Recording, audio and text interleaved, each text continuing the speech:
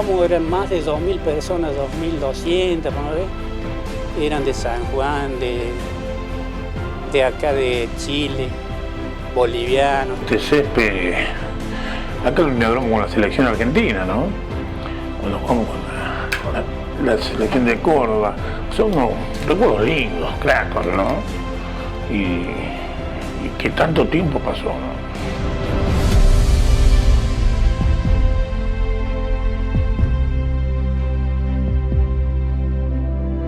Realmente Córdoba está viviendo una fiesta histórica ante un estadio que solo puede ser calificado de soberbio.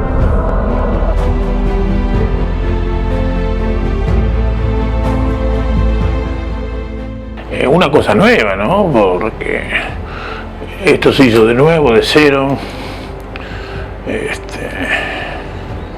Vení con la selección y lo que es Córdoba, ¿no? Córdoba futbolera. Es único Córdoba, ¿no?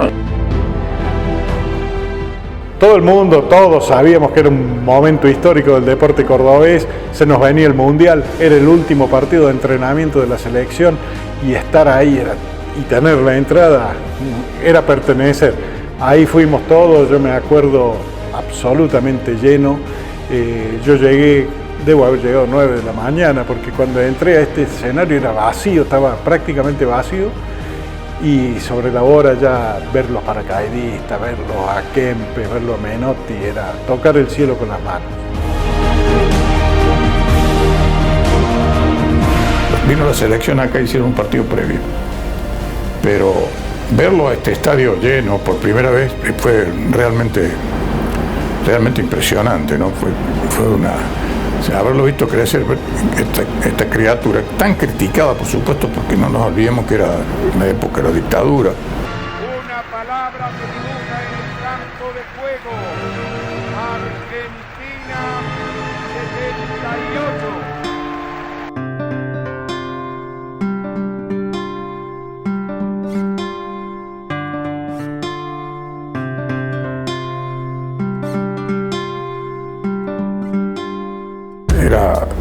Era un acontecimiento que iba al margen de lo que estaba pasando en lo político, ¿no es cierto? Y no nos olvidemos que simultáneamente estaban haciendo la FICO. Había dos cosas que se inauguraban de manera simultánea. De manera tal que también, cada vez que hacíamos una nota del Mundial, hacíamos una nota de la FICO y todo el mundo le decía al loco Pons, al arquitecto Pons tan recordado, un genio, que esas cúpulas se iban a caer. El estadio comenzó a levantarse en 1975, pero había dos proyectos. Había un proyecto con doble tribuna de visera y además se pensaba construir a la vera de la autopista que va a Carlos Paz. Había una idea de hacerlo en la ciudad universitaria, donde estarían los tribunales federales ahora en ese campo, y había una que era muy alocada de sacarlo de la ciudad y hacerlo en el cruce del camino de Falda del Carmen con la autopista Carlos Paz, quedaba un poco lejos. Y bueno, se levantó en esta zona de la ciudad que en 1978 esto era un desierto, y a partir de la construcción del estadio la ciudad vino creciendo para acá. Además llevó la ciudad hacia el oeste, cosa importante también eso, ¿no? Éramos 4 los arquitectos básicos que intervenimos desde Córdoba, la Dirección Provincial de Arquitectura, en este proyecto. Los voy a nombrar porque merecen. El arquitecto Ponce, Alberto Ponce, que fue el alma mater del proyecto. El arquitecto Hugo Oviedo, que hace poco falleció. El arquitecto Luis Marchesini y quien les habla. Ese equipo había hecho un buen trabajo. Trabajamos hasta 70 personas en el proyecto. Y un buen día se nos presentó una persona y dice: entreguen todo el proyecto, llévenlo a la Casa de Córdoba y ustedes quedan separados del trabajo. Las primeras piedras se empezaron a poner en 1975, se hizo un acto en el que se colocó la piedra basal y en la semana se les robaron la piedra basal. Y bueno, llevó 3 años la construcción y se inauguró casi, en el momento de la inauguración, casi que se había dado la última mano de pintura. Entonces un buen día nos llaman el arquitecto Santiago Luis Sánchez Elía, que tiene un estudio, en aquel momento era el estudio de arquitectura más grande del país, y dice, me han encargado a mí que yo haga el proyecto, a mi estudio, y yo hemos visto los trabajos, los planos que han trabajado ustedes, la seriedad del proyecto, de los cálculos estructurales, de las instalaciones, etcétera, etcétera, y nosotros venimos a ofrecerle a ustedes sociedad para hacer el nuevo proyecto del estadio, porque nos han pedido que bajemos el costo, era muy costoso el estadio que proyectamos nosotros, y adaptarlo a las normas FIFA, ¿no es cierto? Bueno, así se armó un equipo, nosotros, capitaneado por Hugo Oviedo y Alberto Ponce, hicimos como una sociedad, digamos, transitoria con el arquitecto, con el estudio CEPRA, Sánchez Elía, Peralta, Ramos y Agostini de Buenos Aires, nos ofrece después hacer la dirección de la obra. Así nosotros acá tuvimos 30 meses, desde el comienzo hasta que haciendo la dirección técnica, prácticamente vivíamos acá.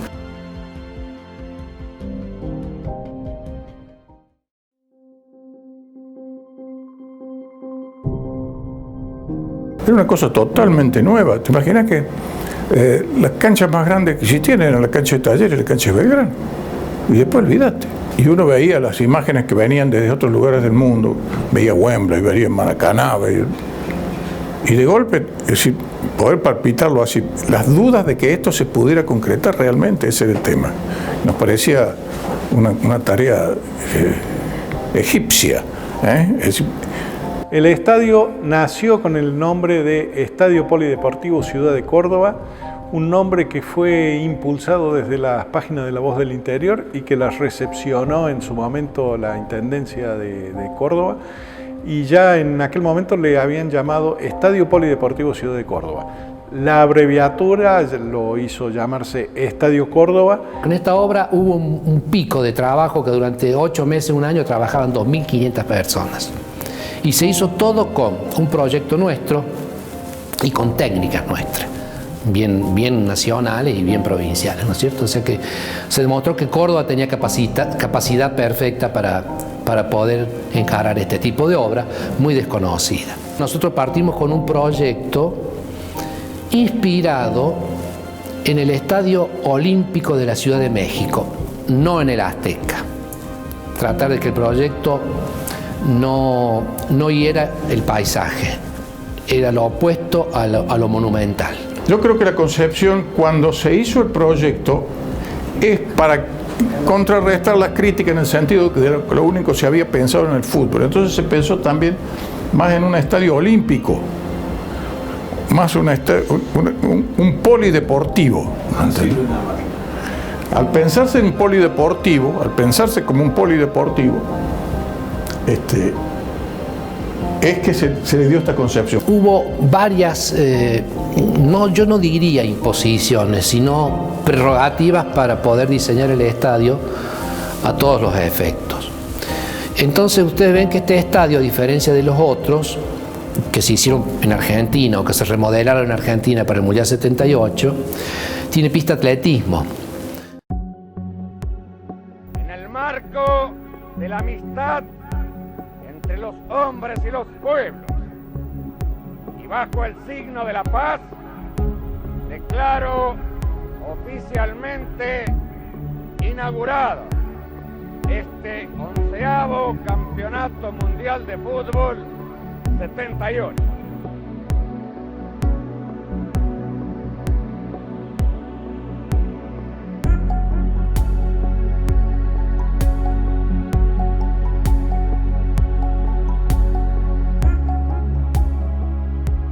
Como ya el Mundial se hace bajo el régimen del proceso, tenían mucho miedo los gobernantes de aquella época de que hubiese un atentado en el estadio. Lacoste decía de que el estadio tenía que ser como un barco, que no teníamos que depender de la electricidad de EPEC. Por eso que en el estadio se instalan 2 grupos electrógenos que jamás se vieron en Córdoba. Un grupo MAN, que estaba en la sala grande bajo la tribuna principal, en la sala de máquinas, y otro grupo que estaba bajo el estacionamiento sur, cubierto, estacionamiento sur, que era un grupo General Motors, que entre los dos alimentaban todo el estadio. Que se produjo el terremoto El terremoto de Caucete fue en el 77, es decir, esto estaba en plena construcción, y ya estaban, es decir, los cimientos estaban bien puestos y habían sido bien calculados, no hubo ningún problema. Es decir, que estaba bien hecho desde el primer momento, no ha tenido fallas estructurales, esto no ha tenido goteras, no. La tribuna principal está fundada en bases, en 21 bases, creo que son de 7 metros por 4, bajo el nivel del río, o sea que hubo que hormigonar con el pelo de agua a 1 metro, con el sistema antisísmico de nudos articulados, que se llama. Creo que nunca más hizo una obra así de este tipo, ¿no? Justo se produce en el momento del estadio el terremoto de Caucete, que fue en el año 76 o 77. Bueno, ahí fue. Justo nosotros, es más, fue a la mañana muy temprano y después tuvimos otros 2 remesones cuando estábamos acá en la obra. Y todavía no estaba puesto el techo de chapa, estaban las vigas metálicas. Y veíamos cómo las vigas metálicas eran como latigazos y casi se tocaban una con otra, ¿no? Bien elegido el lugar porque había una buena vía de comunicación con el aeropuerto, por ejemplo, y facilitar el ingreso de la gente. Pero yo me acuerdo que en ese partido inaugural no hubo... la primera cobertura que yo hice, me acuerdo, fue con la gente llegando. La distancia, este es el aspecto que presenta el estadio de Chateau Carreras en Córdoba en el día de la inauguración. Faltan aún 2 horas para que se inicie el partido entre la selección nacional y el combinado de la Liga Cordobesa de Fútbol. Además de un día de inauguración, esta es una jornada de prueba, de ensayo general del funcionamiento completo del estadio. Es interesantísimo ver los modelos de los autos en la filmación. Córdoba asumió el Mundial 78 sabiendo que no iba a haber la selección argentina porque por el sorteo y por lo que se venía en segunda ronda no había ninguna forma de que Córdoba pudiese alentar a la selección argentina.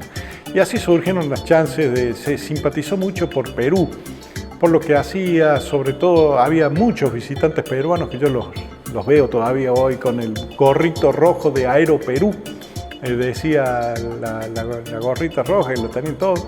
Y había muchos escoceses con polleritas, pero los escoceses, como hicieron algunos líos, la gente medio que mucha simpatía no gozaba. Esto yo creo que fue un motivo de mucho orgullo para los cordobeses y era como una niña mimada, ¿no? La gente venía acá y no tiraba un papelito al suelo. Había los lugares, los receptáculos de basura, y todo el mundo iba y depositaba ahí, entonces era como que todo el mundo sentía que estaba en algo así como en una iglesia, ¿no? Que viste que uno se cuida muy particularmente en esos ámbitos, y esto era tal cual, la gente lo cuidaba al estadio. Ser recibido en un escenario como este, ¿no? Increíble haber construido un campo de juego como este. Sí, esa sensación del jugador es como entrar, yo supongo que debe ser como entrar con un violín o en un ballet al Teatro Colón. Entrás a un escenario donde vos... Se hizo ahora, no es que cancha de River que yo la conozco desde que nací. A la Boca de que jugué y a la Rosario Central también después la arreglaron, pero esto era una cosa muy especial, muy nueva, muy feliz. Yo pasé los momentos más lindos de mi vida en la preparación de la selección en esta ciudad. Acá se jugó 2 Copas América, la de 1987, que me acuerdo fue un fracaso estrepitoso en cuanto a asistencia, muy poca gente. La del 2011 ya sí fue todo un suceso, pero acompañado también por la remodelación del estadio. Se jugó un Mundial Juvenil.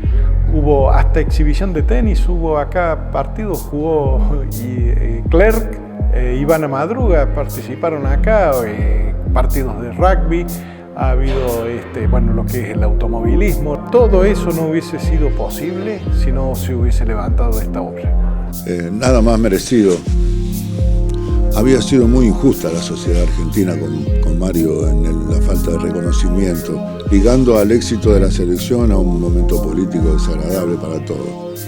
Ahora, mientras todos trabajaban y hacían su tarea, a pesar de todo había que hacer cosas, Mario no fue reconocido por esa sencilla razón nada más. Yo pondría a Mario entre los 10 mejores jugadores de la historia del fútbol del mundo. Entre Córdoba y yo hay una relación afectiva de mi parte que no imborrable, sino una época donde Córdoba generosamente cedía futbolista para la selección del interior y he tenido la fortuna de contar con dirigencias en los equipos muy generosos, cosa que se hacía más difícil con otros equipos.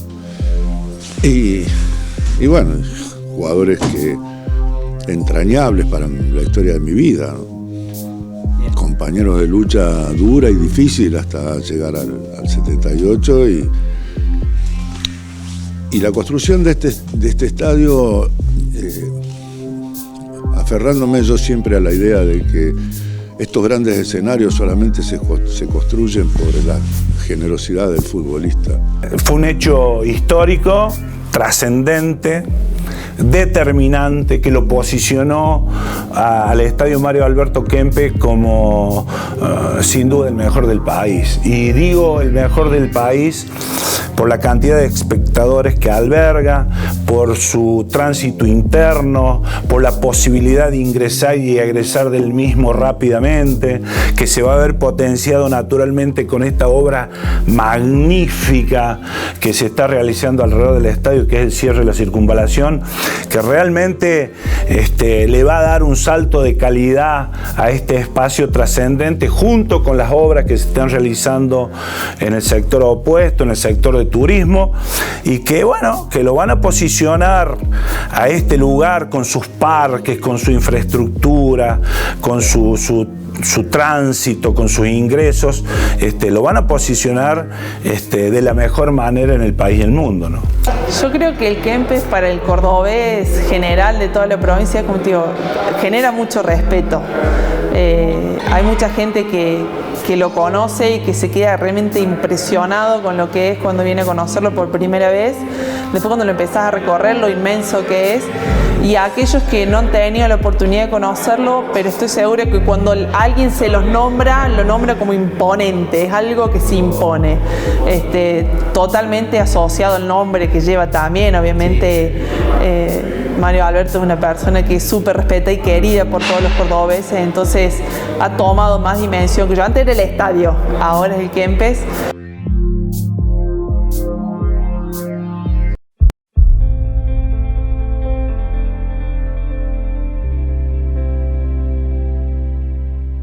Recuerdo aquella primera reunión que tuvimos con el gobernador Juan Schiaretti, con Pichi, y que iniciábamos aquella primera gestión, donde coincidimos plenamente que el Kempes era un lugar magnífico y que entre todos teníamos que trabajar para potenciarlo y seguir creciendo a todo lo que se había hecho anteriormente, ¿no? Que fue muy importante.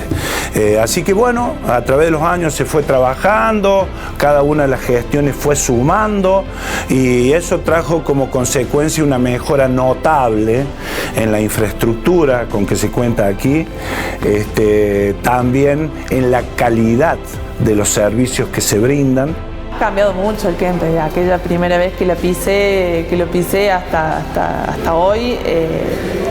Digamos, hoy la pista de atletismo está afuera, ya hay un cambio enorme. También ediliciamente, bueno, las oficinas han cambiado muchísimo de cuando yo venía a lo que está hoy. Me acuerdo de venir en su momento las primeras becas que se pagaban a los deportistas, teníamos que venir a cobrarlas acá también, así que las oficinas de pago estaban en otro lado. Yo tenía como 13, 14 años y venía a cobrar las becas acá al Kempes. Eso cambió muchísimo. Por fuera, bueno, cuando cambió mucho visualmente, cuando hicieron las pinturas exteriores alrededor del Kempes, eso le dio mucha más vida, creo yo. Y bueno, y lo que ha crecido también, hoy las canchas de fútbol sintético, la cancha de hockey, de tenis, o sea, ha crecido muchísimo, en infraestructura ha crecido muchísimo. Hoy es el monstruo respetado de todo Córdoba que tenemos y es lo mejor que hay en infraestructura en la provincia, sin lugar a dudas. El parque del Kempes se ha constituido en un pulmón verde de excelencia, no solo para Capital, sino también para la provincia. El Parque del Kempes lo dice la gente que asiste, lo dicen quienes lo conocen, está a la altura de los mejores del país, sin ninguna duda.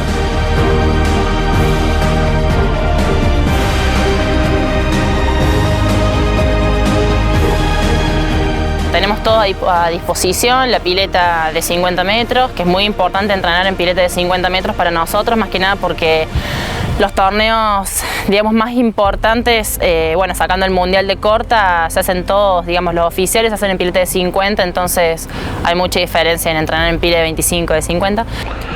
Toda la gente que concurra y que se dé una vuelta con la intención de conocer,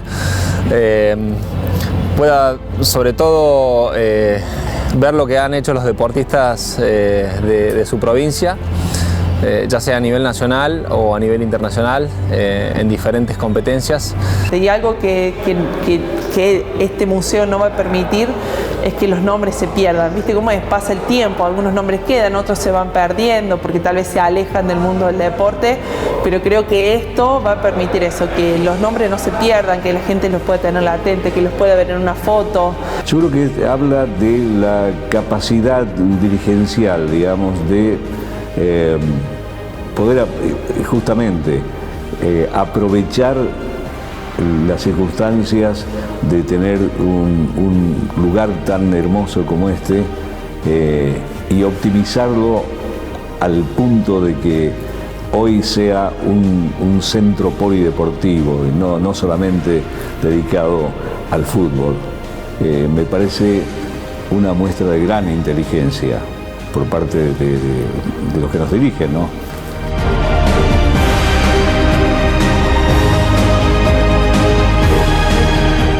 Estamos muy felices, muy contentos y nos embarga una gran emoción a todos los que estamos aquí en la agencia, porque vemos que se cumple un sueño, ¿no?